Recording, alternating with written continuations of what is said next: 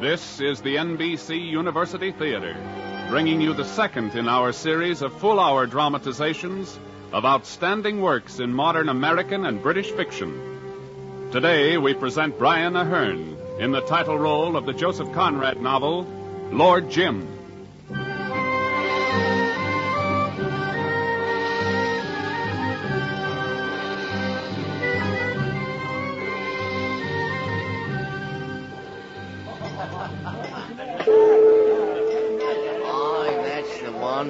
Powerfully built chap with a dogged self-drive to him. No, the same one, certainly. I've run into him in several of these eastern ports. Bombay, Calcutta, Rangoon, always worked as a water clerk. Deucedly clever at it, too. But I hear he's full of black ingratitude. A ship chandler never knew when he'd throw up his job and leave suddenly without so much as a thank you. Mysterious of a sort. Confounded fool, I'd say. He could have made a pretty penny if he'd stayed in one place. Jim, his name was, I think. That's it, Jim. What was the last name? Oh, come to think of it, I don't remember his ever having one. I say, that is a bit mysterious now.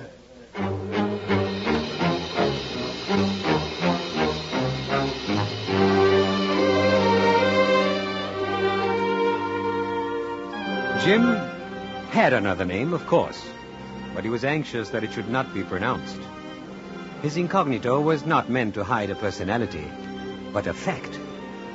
And when the fact broke through, he would suddenly leave the seaport where he happened to be and move on to another, generally farther east. When his flight finally cut him off from white men, the Malays of the jungle added a word to the monosyllable of his incognito. They called him Tuan Jim. As one might say, Lord Jim.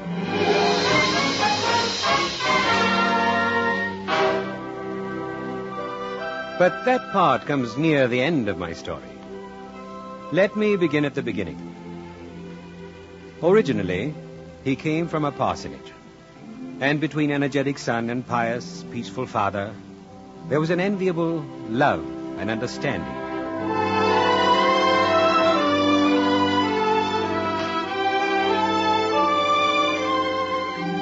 Well, son, I thought we might talk about your future this afternoon.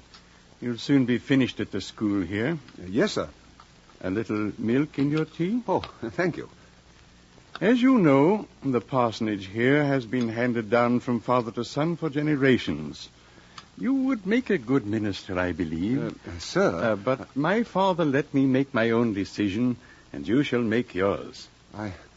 I want to go to sea, Father. To sea.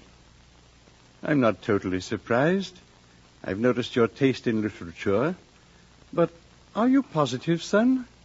The life will not be always as depicted in romantic sea tales. Oh, I'm sure. I'm very sure.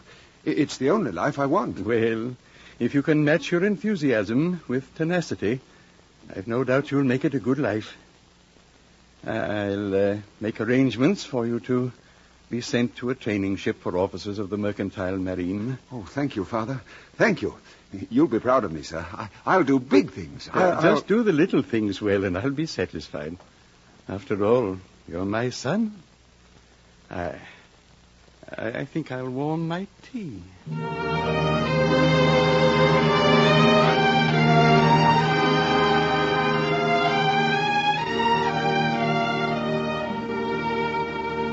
He got on well and was generally liked.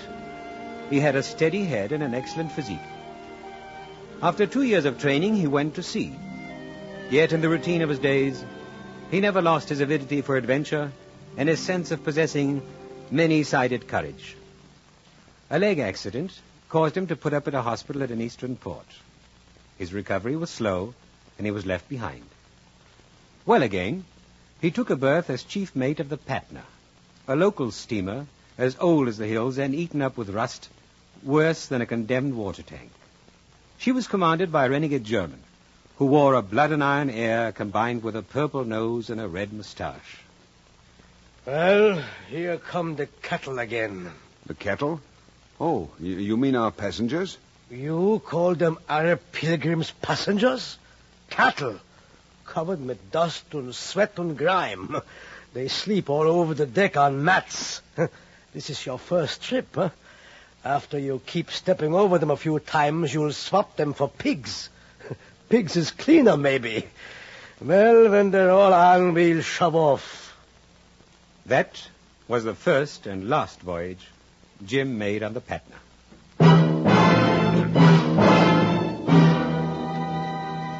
I met him at the police court of an eastern port where the inquiry was being held. Yes, you see, another ship had picked up the captain, mate, and 2 engineers of the Patna in their lifeboat. But when they reached port, the captain deserted, and the 2 engineers were too ill to testify. So Jim was the whole show. The judges could get nothing from him, though. I know as much of what happened as any man alive will ever know, I suspect. It was after I had pressed Jim with the dinner invitation and then served him some warming wine that he opened up to me. It's all in being ready. I wasn't. Not that night. Oh, I don't want to excuse myself. But I would like to explain. I would like somebody to understand. Somebody, one person at least. You. Why not you? You've been knowing kind. I'd be happy to listen. It bulged, I tell you. We'd hit something big, and it bulged, I tell you. I was holding my lamp along the angle iron in the lower deck when a flake of rust as big as the palm of my hand fell off the plate all of itself.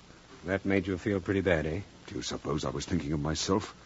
With 160 people at my back, all fast asleep on the fore-tween deck, and more aft, sleeping and knowing nothing about it. 3 times as many as there were boats for, even if there'd been time. And you felt there was no time? I expected to see the iron open out as I stood there and the ocean rush in. In a split second, I lived what could happen. A sea whitened by the struggles of human beings, clamorous with the distress of cries for help. And there was no help. Oh, it seemed to take all the life out of my limbs. Do you think I was afraid of death? No, by heaven, no. But a voice, my own voice, kept speaking aloud inside my head. 800 people and 7 boats. 800 people and 7 boats. And no time. Oh, I don't know how long I stood there. Perhaps a minute. It was timeless. Well, when I finally got to the bridge, these beggars, the captain and the 2 engineers, were getting one of the boats off the chocks. It's you. Lend a hand, quick. Quick, man. Aren't you going to do something? Yeah, clear out. What? Clear out, you fool. This crate won't last another minute. But these people... I suppose you can save them, you crazy fool.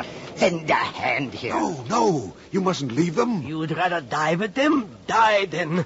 Hand me that hammer. We've got to work fast here. Sure. Oh, the sliding bolt of the boat chock is jammed tight. Well, take the hammer to it here. Oh. I stood on the starboard side away from them. I wanted no part in their work. I can't remember thinking of anything, only waiting for the ship to suddenly dip into the sea. Come and help. For all that's holy, come and help. I can't. Oh, if I had the time, I'd crack your skull for you. Won't you save your own life, you infernal coward? Let it sink, curse you. Come and help, man. Are you mad to throw away your only chance? Come and help, man. Look, the squall's coming. We're done for in a few moments if we don't loose this thing. It was black. Black. It had sneaked upon us from behind. I suppose there had been some hope at the back of my head yet. I don't know. But it was all over now. I was angry as though I'd been trapped. I was trapped. Hammer, mine got the hammer. You silly fool. Do you think you get the ghost of a show when all that lot of brutes is in the water? Why, they'll batter your head for you from these boats. The squall engulfed us now. The rain was blinding when one couldn't tell where it ended and the ocean began. And just then, the jammed locks of the lifeboat gave way. That does it. Easy now. Lower her slow. Careful there. Swing it out now. She's going. Let her go. Easy. The next minute was crowded with a tumult of events and sensations that beat about me like the sea upon a rock. The squall had awakened many of the pilgrims. They didn't know what was happening, but they began to chatter wildly in their native tongue. The captain and the engineers had gotten down into the lifeboat. I stood with my hand on the davit. And then they began to scream from the boat. Jump! We'll catch you! Shove off! Jump! Jump! He'll catch you! Jump! Jump!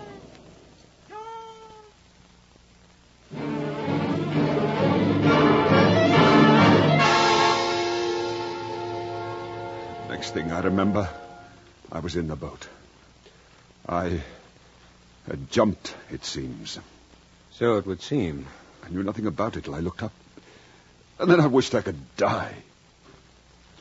There was no going back. It was as if I'd jumped into a well, into an everlasting deep hole. Oh, yes. I know it very well. Certainly I jumped. I told you I jumped. But they were too much for any man. It was their doing, as plainly as if they'd reached up with a boat hook and pulled me over.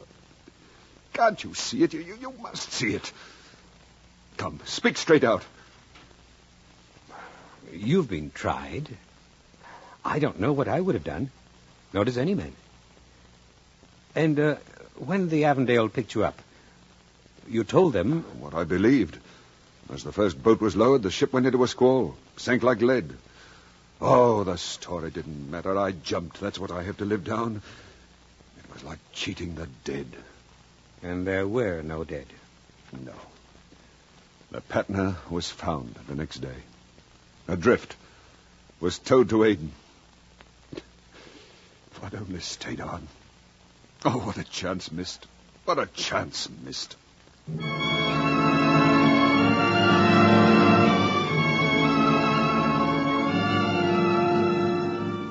Not many men are offered a try at real heroism. Fewer still have dreamed and waited for it, as had Jim.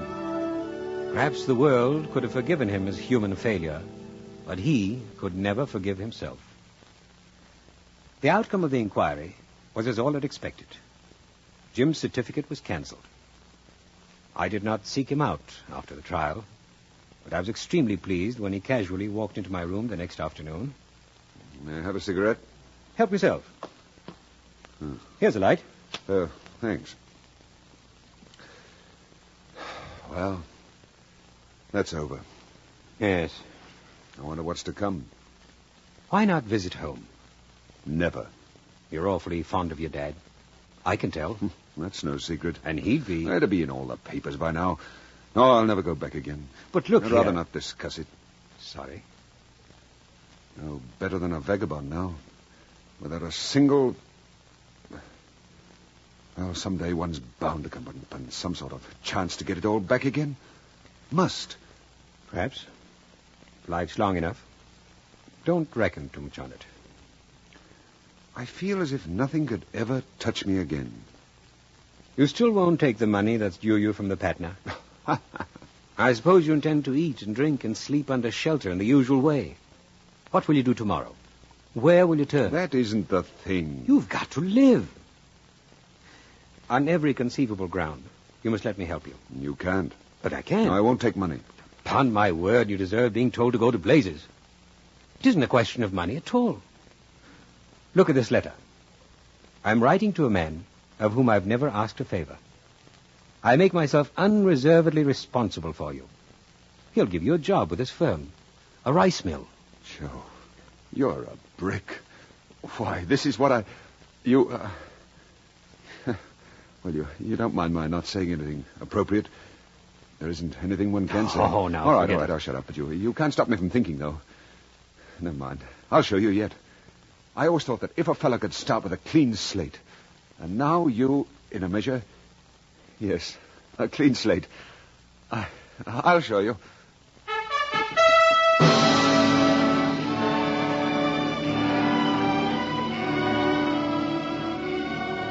Six months afterwards, my friend wrote me of Jim. He was highly pleased with his work, as well as his personality. Jim had a chance for big advancements. Then, after a few more months, I chanced to stop at the city where my friend lived. I was looking forward to seeing Jim, too, but... Not with you any longer. But I thought you liked him. What happened? Yeah. What happened? Exactly. You tell me. I was deucedly fond of him. Even had him stay here in my home. And last month I came down to breakfast one morning and found a note from him. He'd gone. Sorry. That was all. Allow me to say, lest you should have some more mysterious young men in reserve, that I have shut up shop. But he must have given a reason. Think hard. No. Well, there was, but that couldn't have been a reason for... What? What did you just think? Oh, a trifle. I had a man to look after some machinery at the mill. Jim didn't seem to like him much, but he was such an insignificant fellow, really. Why didn't he like him? Well, dash it all, I don't know. I remember, though, he got rather upset when the fellow mentioned they'd been on a ship somewhere together. By the way, you didn't tell me... Was the ship the Patna? Could have been. Yes, now think it was. Yes, the Patna.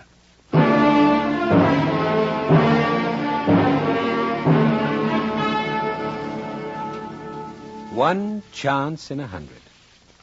But it's always that 100th chance. And Jim had been forced to move on. Had forced himself. And thrown over a fortune. The next I heard from him, he was a water clerk for Ekstrom and Blake, ship chandlers in a still more eastern port. When my ship put in there, I went to the offices. Ekstrom told me the story this time. Oh, him? Oh, he left us, Captain. When did he leave? Well, let's see. The very day a steamer with returning pilgrims from the Red Sea put in here with 2 blades of a propeller gone. 3 weeks ago now. Wasn't there something said about the Patna case? Why, yes. Come to think of it, Captain, how did you know? The 2 ships were compared. Then they started on about the Patna like most people do. Interesting case, you know.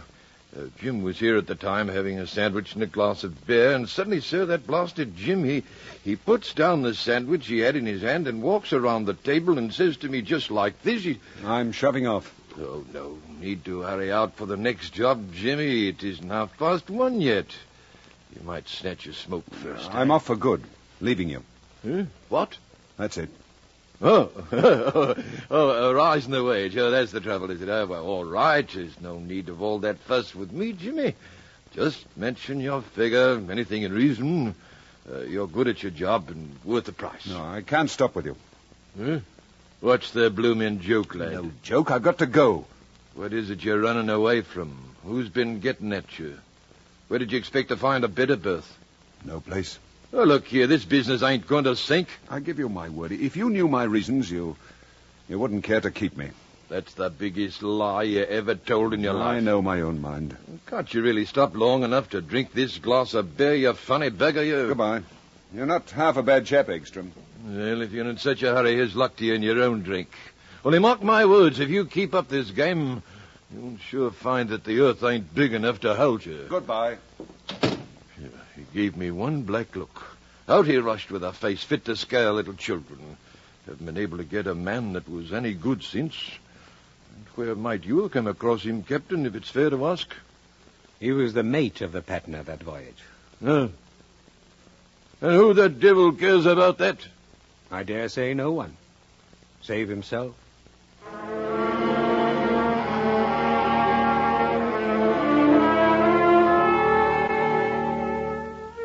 I have told you these 2 episodes at length to show his manner of dealing with himself under the new conditions of his life. There were many others of the sort, more than I could count on the fingers of my 2 hands. There seemed no place else he could escape to. It was then I went to see Stein, a wealthy and respected merchant who dealt in island produce on a large scale. I told Stein Jim's story. I understand very well. He is romantic, yeah. What's to be done for it? There is only one remedy. The question is not how to get cured, but how to live. Yes, I know. I tell you, my friend, it is not good for you to find you cannot make your dream come true for the reason that you are not strong enough or not clever enough. Yeah? There is one way. Follow the dream. Follow the dream. Well, it's too late for that now. Then perhaps another way. He could be buried. Buried? Away from those who remind him of his lost dream. But he's traveled 3,000 miles, and it follows him. He has never been to Patusan. Patusan? A remote district of a native-ruled state. Oh. No one ever goes there. No one would ever wish to. I have a small trading post there. You think Jim could manage it? He could do no worse than the man I have there now. White or native? A Moluccan Portuguese named Cornelius. Worthless, conniving fellow. His wife was a fine woman, though. She had a daughter by her first marriage who stays on with Cornelius. If Jim takes the post, will you bring this Cornelius back? I doubt he would leave. It does not matter to me. But we should warn you, Jim. Cornelius may well make trouble for him.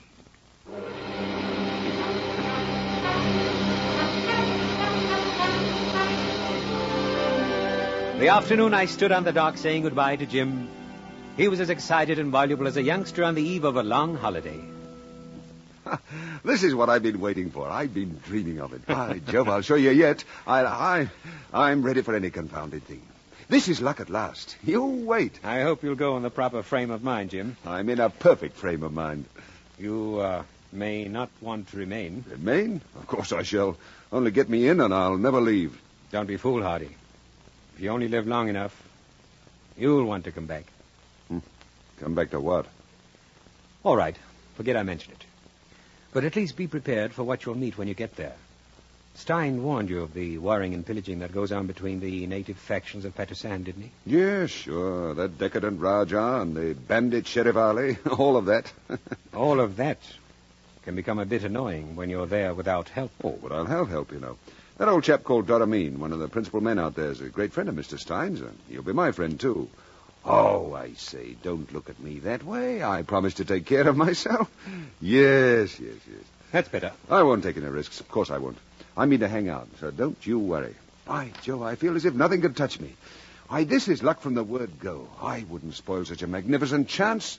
It's a magnificent chance.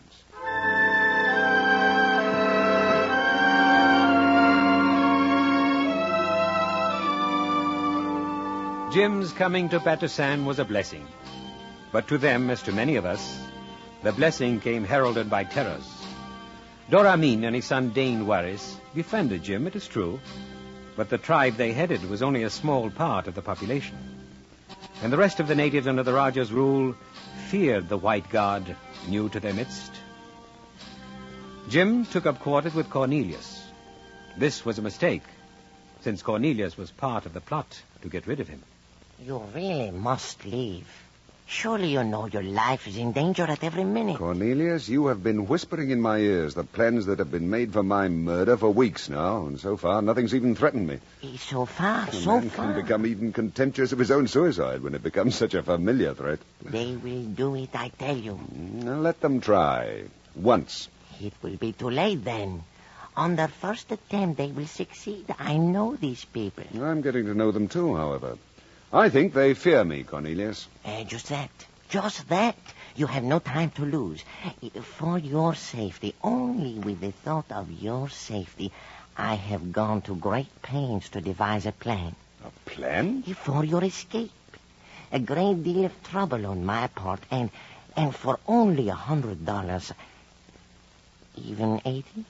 Yes, let's say 80. I can procure a trustworthy man who will smuggle you out of the land.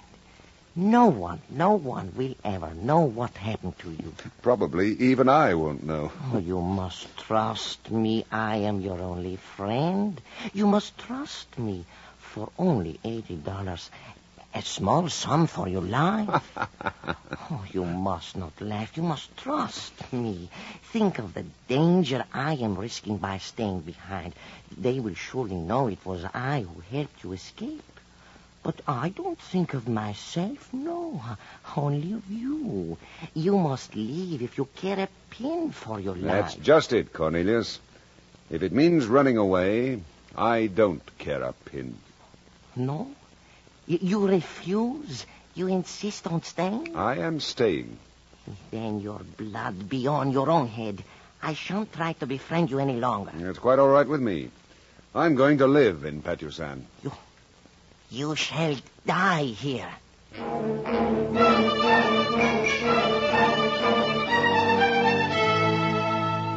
But Cornelius's warnings were not all idle, and events would have taken a bad turn for Jim if he had not had a protectress. the daughter of Cornelius's wife, whom Jim called Jewel. Get up. Get up. Get up. Huh? Hey? Oh, what? You must wake up. Why? What's happened? You all right? Yes, but you are in great danger. They have come to kill you. Oh, I've heard this too often. No. It's true. Here's your gun. Take it. I have loaded it. Oh, but... There is no time to lose. Can you face 4 men with your gun? Yes. Then come with me. I'll hold the torch high so you can see your way along the path. Now, come. But you must tell me what this is all about. 4 men are hiding in that hut over there, to the right. They intend murdering you while you slept. I heard Cornelius talking with them. Oh, they've plotted many times, Jewel. But I know when they mean to carry it through. You think I have watched on this night only? You? Please do not stop. Walk quickly. There's someone coming. It's Cornelius. Hey, Cornelius! They know you are awake now. Your voice. You must run away. They know you are strong and fearless. Run to Doramin. Go to Doramin. I am strong and fearless. Why? Yes. So they won't attack you tonight. But what about tomorrow night? And the next? Of the many, many nights? Can I always be watching? If I am fearless, then let me be. They're in that shed? Yes. I'm going in. No, then I'll come with you. No, you stay here. No. I will hold the torch in through the window. You could see nothing without it. And we'll run now. Now, push open the door. Fire! Defend yourself. Why, there's no one here. No, look. That heap of dirty mats. Eyes are watching us. Come out. Come out, I say. He has a knife. Why don't you shoot? Jim held his shot deliberately. Held it for the 10th part of a second, for 3 strides of the man. Held it for the pleasure of saying to himself, That's a dead man. He noticed the dilated nostrils, the wide eyes, the intent, eager stillness of the face. And then he fired. He saw the man jerk his head up, fling his arms forward, and drop the knife. He had shot him through the mouth. With the impetus of his rush, the man drove straight on and landed with terrific violence on his forehead, just short of Jim's bare toes. The place was getting very full of sooty smoke from the torch. Jim walked over the body and covered with his revolver another naked figure, outlined vaguely at the other end. As he was about to pull the trigger, the man threw away his short, heavy spear and squatted submissively. You want your life? How many more of you are there? 2 more, Tuan. Accordingly, 2 more crawled from under the mats, holding out their empty hands to Lord Jim.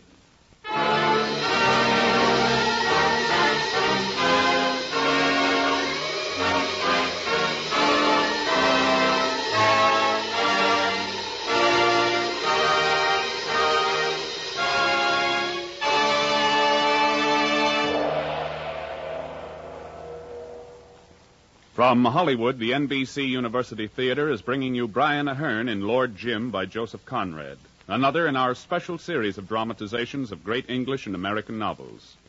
Our intermission commentator today is Dr. Harvey C. Webster of the University of Louisville, where these productions are currently being used in conjunction with his course in Anglo-American fiction as part of a national college by radio plan, which permits our listeners to earn credit toward a college degree by means of radio.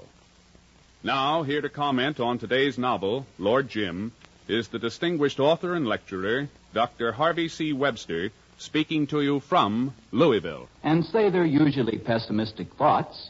Many read Conrad as philosopher and accept or reject him as they accept or reject what they think Conrad thinks. This is unfortunate. An artist, especially a great one like Conrad, is more than his philosophy, more than his experience, above, in spite of himself, his prejudices. Typhoon, one of Conrad's best tales, is not only about its title, it is also about man's courage, nature's apparent hostility, and much else. Victory, the only Conrad novel I like better than Lord Jim, is not a pessimistic sermon or a melodrama or an exhibition of the beautiful English a man born in Poland can write. Victory is a seeing of life that sometimes includes pessimism and melodrama, that is written in beautiful prose, and a great deal more. What you take away from the seeing of life in Victory, in Lord Jim, in all of Conrad's fiction, depends on you, your maturity, your patience, your sensitivity. Conrad himself has put this better than I have. My task, he says, is to make you hear, to make you feel. It is before all to make you see. If I succeed, you shall find there, according to your deserts, encouragement, consolation, fear, charm, all you demand, and perhaps also that glimpse of truth for which you have forgotten to ask. At his best, in youth, Victory, Lord Jim, Under Western Eyes, Nostromo, The Heart of Darkness, in perhaps 5 or 6 others, Conrad does make you hear, feel, and see, so that you can find in his books what you deserve to find. I hope that you deserve greatly, for there is much to find in the Conrad novels I hope you'll start reading or rereading when this program is over. Thank you, Dr. Webster. Our dramatization of Lord Jim continues from Hollywood after a brief pause for station identification.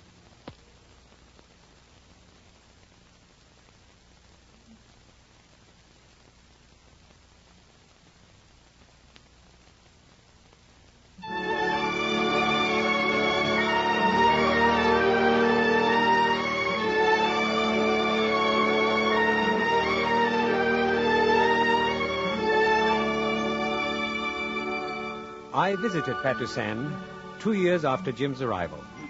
It was inconceivable how many things he had regulated over the entire island, the good he had done the people.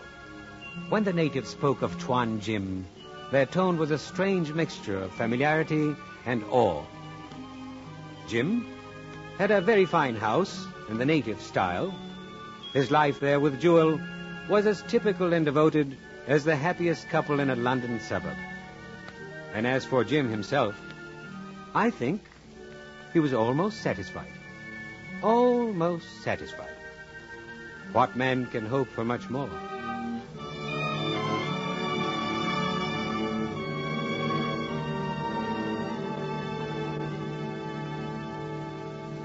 Peaceful here, huh? Look at those houses down in the valley below. There's not one where I'm not trusted. I told you I'd hang on. Ask any man, woman, or child. I don't have to. I see it in their faces. Well, I'm all right, anyhow. I never had any doubt of it, Jim. I'm glad you found out in the end. By Jove. Only think what it is to me. I've got back my confidence in myself. A good name. You know, sometimes I wish... That you could go back and prove it to the others? No, I shall hold on to what I've got. I can't expect anything more, not out there in the world anyhow. No, this is my limit, because nothing less will do. Then you have no desire to leave for any personal happiness? Leave? It'll be harder than dying. No, on my word, don't laugh. Every day, every time I open my eyes, I feel that I'm trusted. And then there's Jewel. I love her dearly, more than I could tell. And she adores you? Yes. You take a different view of your actions when you come to understand, when you're made to understand every day that your existence is necessary, absolutely necessary to another person. I'm made to feel that, and it's wonderful. I've been only 2 years here, and now, upon my word, I can't conceive of living anywhere else. Jim, you said you were all right now. Does that mean, too, you've forgotten why you came here? Not yet. And yet, upon my soul, I think I've a right to. And perhaps someday... Isn't it strange that all these people who would do anything for me could never be made to understand? If you ask them who is brave, who is true, who is just, who is it that they would trust with their lives, they would say Tuan Jim. And yet they can never know the real truth.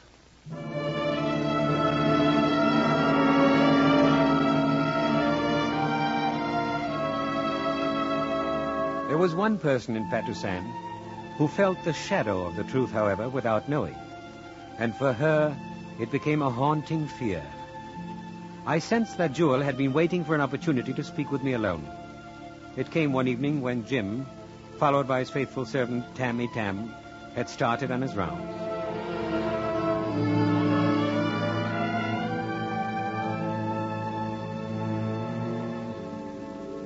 Did you come to take him away? No. Upon my word, I did not come for that. Why did you come, then? I had business here with Jim. And more than that, we're great friends, you know. Believe me, my dear, if I've any wish in the matter, it is for him to stay, not leave. They always leave us. You're wrong. Nothing can separate him from you. That is what he said. He swore it to me. Did you ask him? Oh, no, never. In the beginning, I asked him to leave. I begged him to. But he said he could not, that it was impossible. I begged him to leave. I was thinking of his safety, but I was trying to save myself, too. Save yourself? I did not want to die weeping, as my mother did. I wanted him to leave before it was too late for me. But you say he swore to you he would stay. Yes. And is it possible that you do not believe him? Other men have sworn the same thing. My father did. But he's not like that. Why is he different? Is he better? Is he? On my word of honor, I believe he is. Tell me, is he more true? More true than any other man. Fear shall never drive him away from you. What is it, then? What is it? There is something he can never forget. I know. Yet I don't know. He says he has been afraid. How can I believe this? You all remember something. You all go back to it. You tell me, what is this thing? Has it got a face and a voice? Will he see it? Will he hear it in his sleep, perhaps, when he cannot see me? And then will he arise and go? I shall never forgive him. My mother forgave, but I never. I can understand your fear, but it is unfounded. There's nothing in that outside unknown world, nothing living or dead, no voice, no power that can tear Jim from your side. No one wants him. No one? No one. Why? Why? Tell me why. You really want to know? Oh, yes, yes. Because he's not good enough. But that is the very thing he said. You lie. Both of you.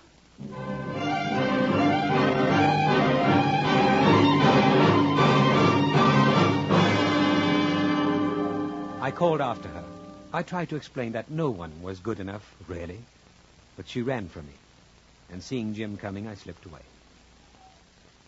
As I walked down the path, Cornelius ran up to me. He had an eager, craving look on his sour, yellow little face. Even his groveling aspect could not hide the hate that was eating him up. Look at me, Honorable Sir, look at me. The most unhappy of men. A victim, crushed. And I tried to befriend him, and see what I got. You befriend Jim? What are you talking about? Don't walk away. Forgive me, Honorable Sir. Spare me a moment more. My great misfortunes have affected my head, Honorable Sir. I say things I don't mean. Please, the Honorable Sir doesn't know what it means to be broken down, ruined, trampled upon. But if you could put yourself in my position, perhaps you... What are you getting at, Cornelius? You could perhaps, Honorable Sir, speak to him in my behalf. Only a moderate provision, I ask. A small present. Present? For what? In exchange for the girl. I brought her up, Honorable Sir, another man's child. It was great trouble and pain. And now I'm an old man. If the Honorable Sir would say a word, and you could tell him for a suitable present, I'd be willing to take the girl back again. Take her back? Yes, Honorable Sir, when the time comes for the gentleman to go home. In this case, Cornelius, the time shall never come. What? Haven't you heard him say so himself? He will never go home. This is too much. He comes here, devil knows from where, comes here to trample on me till I die. Till I die. But patience. Patience. We shall see. We shall see. He cannot steal everything from me and get away with it. We shall see.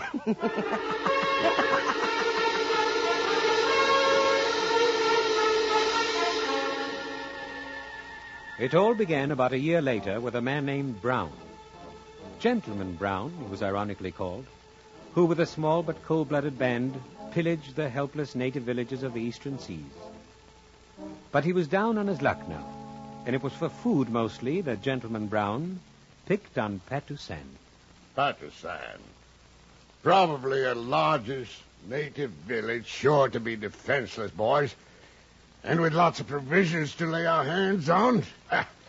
Bullocks, rice, sweet potatoes. Maybe even enough to stock a cargo and make a little change to boot. We'll roast their toes rather than be balked.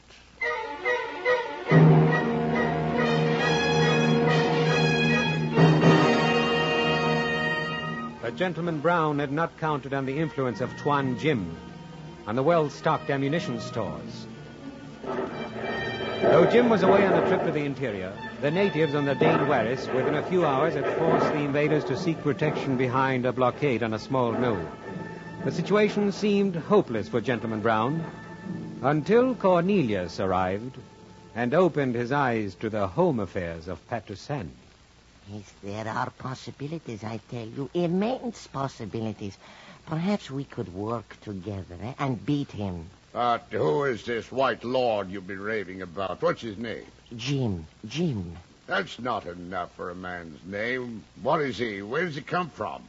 Is he an Englishman? Yes, but he's a fool. All you have to do is kill him, and then you are king. Perhaps I could persuade him we should work together. That we could share things, and once I got to the powder supply, I'd be in charge. An argument would start between us. It only takes one shot, you know. Yes. And then you would be master.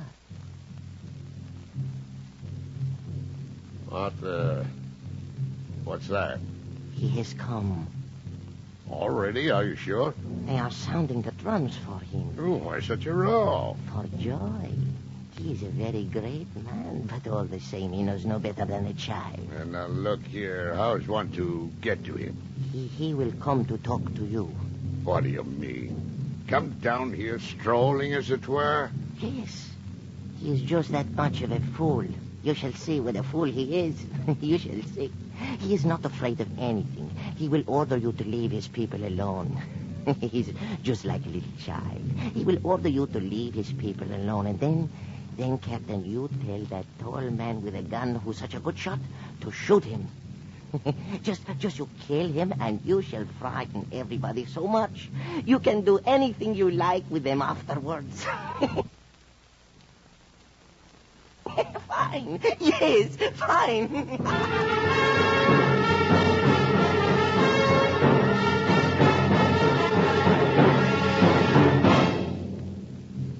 Who are you? My name's Brown, Captain Brown. What's yours?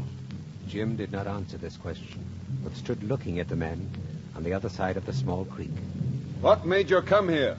You want to know? It's easy to tell. Hunger. And what made you? Not for hunger, and not for plunder. We were driven to it. We came here for food, you hear? Food to fill our stomachs. We don't ask for anything but to give us a fight or a clear road to go back whence we came. I would fight with you now. And I would let you shoot me in welcome. This is as good a jumping off place for me as any. But by heaven, I'm not the sort to jump out of trouble and leave my men in a lurch.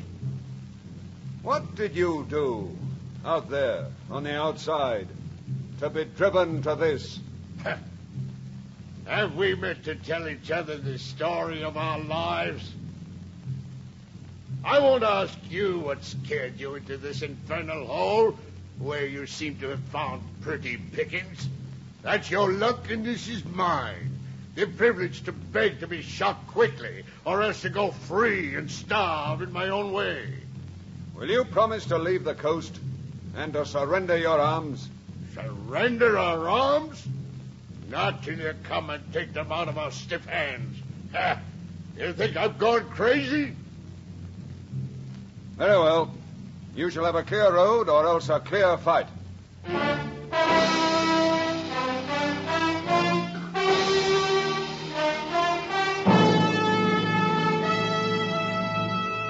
Henceforth, events moved fast. Jim returned to the council meeting of the natives over which Doramin presided, but he spoke with unaccustomed difficulty. Everybody shall be safe. You have my word for it. I, who put the happiness and the safety of you, my people, above all else. But are they not bloodthirsty robbers bent on killing, Tuan? They are erring men whom suffering has made blind to right and wrong. Oh, it's true that lives have been lost already, but why lose more? Their evil deeds should be punished. No, wait, hear me, please.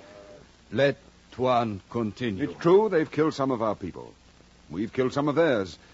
But a fight will only heap new evils upon the old. Have I ever ill-advised you? Have my words ever brought suffering to you? You have always been our friend. I am one of you. Your welfare is my welfare. Your losses, my losses. And your mournings, my mournings. And so I say, I think it would be best to let these whites and their followers go and live their lives. It would be a small gift. I, whom you have tried and always found true, ask you to let them go. What is your command, O Doramin? I have no trust for the white men on the hill. It seems to me they should be punished. But I do trust you, Tuan Jim. If you say it is best they go, let it be so.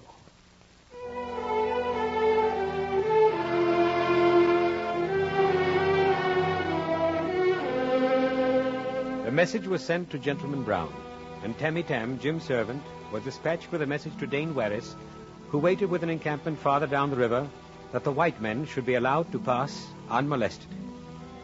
But a new member was aboard the invaders' boat as it made its way along the foggy river this time. A man with a thirst for revenge in his eyes. The man was Cornelius.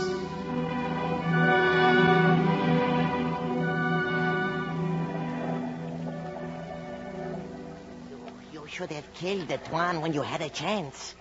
That would have done no good. Well, at least we're getting out alive. And he sent a bit of food to boot. A bit of food, bah. When you could have had gold and precious stuff. The place is full of it. Huh? Yes, he stole it. Why could you not have taken it from him? You have as much right. Gold? He tricked me. Oh, now you see it. What a fool you were. It's too late now. For the gold, perhaps. Not for revenge. Huh? Dane Warris is encamped farther down the river with a band of warriors. So? And I'll tell you something else, Captain. I know another way along this river. One that will take us behind, not in front of Dane Warris' camp. Oh? If you were quiet, they would never hear us approach. They'd be looking for us the other way. And this fog makes an extra covering. Can you find your way in this soup? I have lived here a long time.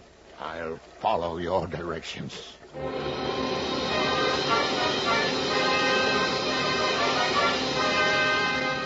It was an act of cold-blooded ferocity. Gentleman Brown's revenge upon the world which, after 20 years of contemptuous and reckless bullying, refused him the tribute of a common robber's success.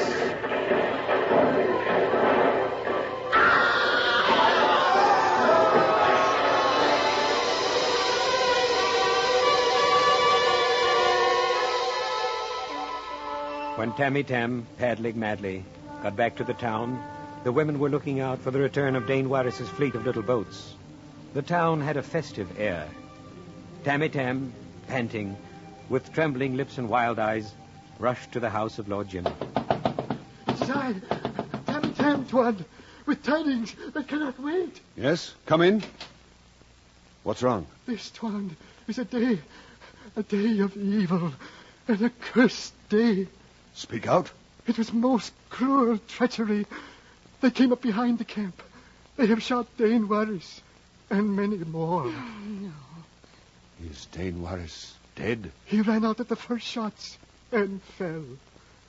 They will be bringing his body back soon to his father, Doramin. Order a fleet of boats out for immediate pursuit. We'll repay them for this. Why do you stand there? Waste no time. Forgive me, Tuan. What? It is not safe any longer for thy servant to go out amongst the people. Jim understood at once. He had retreated from one world for a small matter of an impulsive jump. And now the other world, the work of his own hands, had fallen in ruins upon his head. He sat alone in his room all day. He would not even speak with Jewel. Later, toward evening, he called Tammy Tam.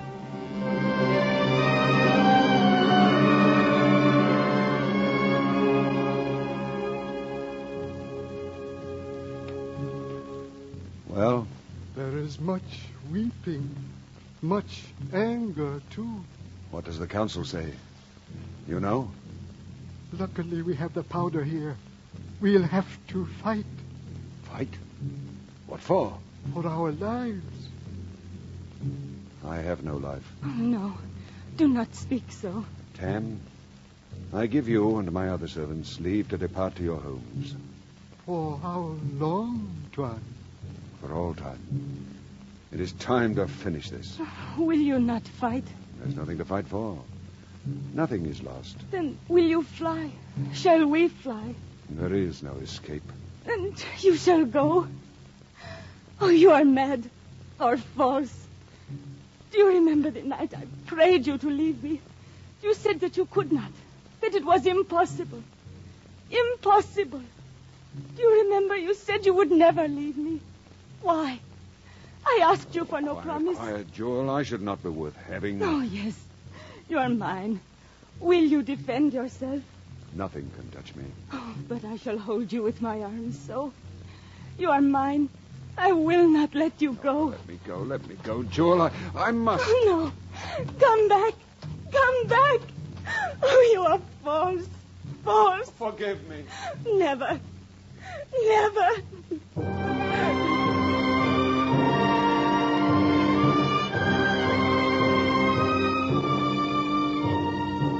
Jim got into his boat without looking back once on the girl crumpled upon the ground. He paddled to Doramin's compound.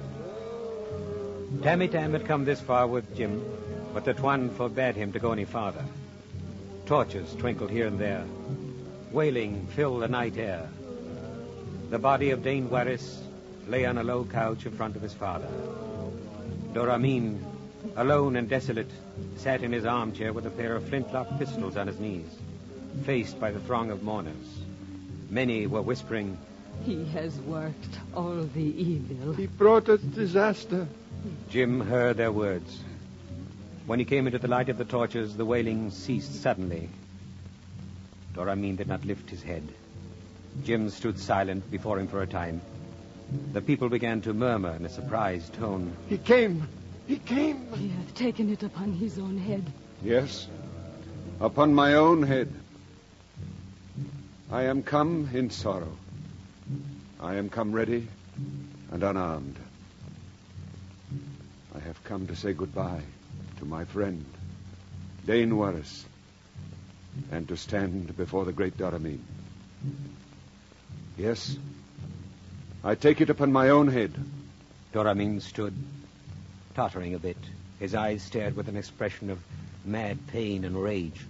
And then, while Jim stood stiffened and with bared head in the light of torches, he lifted his right arm deliberately and shot his son's friend through the chest.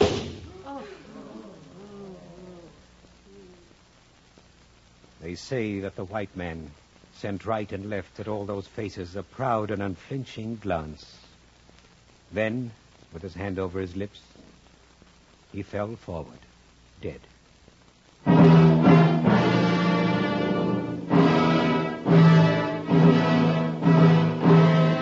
And that's the end. He passes away under a cloud, forgotten, unforgiven, and excessively romantic. Not in could he have seen the alluring shape of such an extraordinary success. For it may very well be that in the short moment of his last proud and unflinching glance, he had beheld the face of that opportunity which, like an Eastern bride, had come veiled to his side.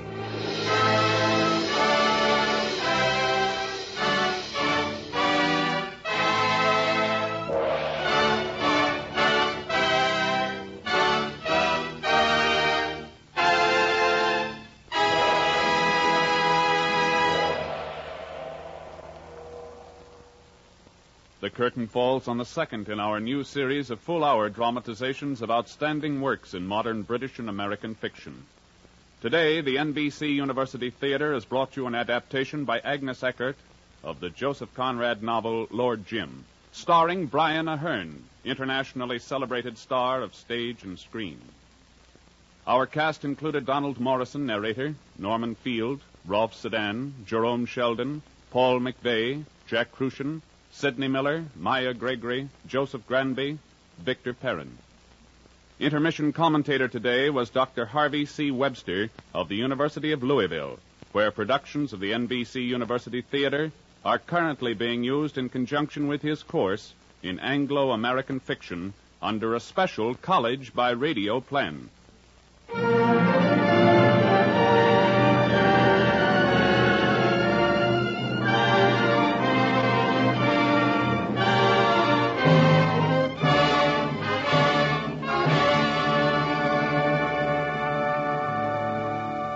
Next week at this time, the NBC University Theater will present another great work, this time by an American author, Theodore Dreiser's An American Tragedy. Your director was Andrew C. Love. Original music for Lord Jim was composed by Albert Harris and conducted by Henry Russell.